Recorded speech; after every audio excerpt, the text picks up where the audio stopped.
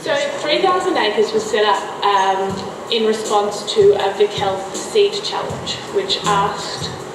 people to respond to how they would improve access to healthier and fresh food in Victoria. And as a bunch of urban planners and landscape architects and just generally urban people, the idea was that the problem about access to food was actually a problem of access to land, and that we live in a city that is increasingly densely populated and more people are moving to the cities, but we're not actually using the land as well as we could. So there's all these vacant lots that are vacant for a range of reasons. Either they're waiting to be developed on, or maybe they're owned by a body like VicTrack or Melbourne Water, who occasionally need access to them. They're unsuitable for development, but they're generally not being used like they could be. And I guess we thought, what impact would it have on people's access to fresh food if they could actually access that land and use it to grow fresh fruit and vegetables? So we won the Vic Health Seed Challenge, and as a result we've been able to set up our first garden in Smith Street in Fitzroy, which currently has about 20 lots that are full of silver beet and broccoli and herbs and beetroots and all sorts of delicious things. And it's actually just temporary garden beds that have been set up on an old car park that otherwise would have sat here vacant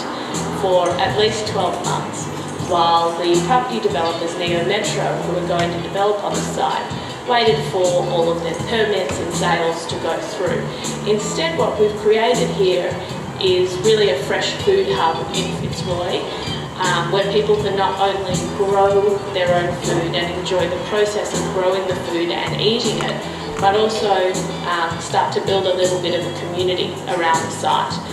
So we've also had a couple of events here,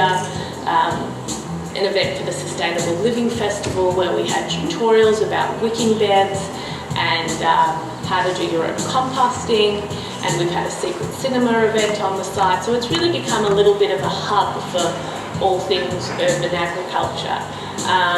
And the next step for 3,000 acres is really about getting more of these gardens happening in places that have vacant or underutilised land.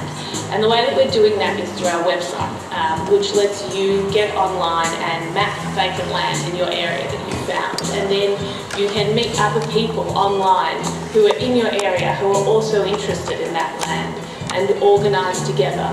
Then 3,000 acres is going to provide you with a toolkit,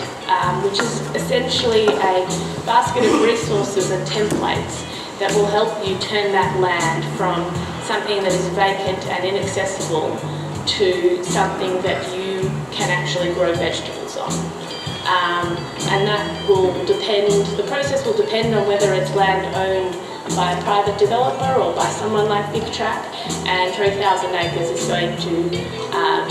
act in a facilitation role to help people access that land and keep growing fresh fruit and vegetables. And we're very excited about the process and about how much land there is available in Melbourne, and what sort of difference it can make to people's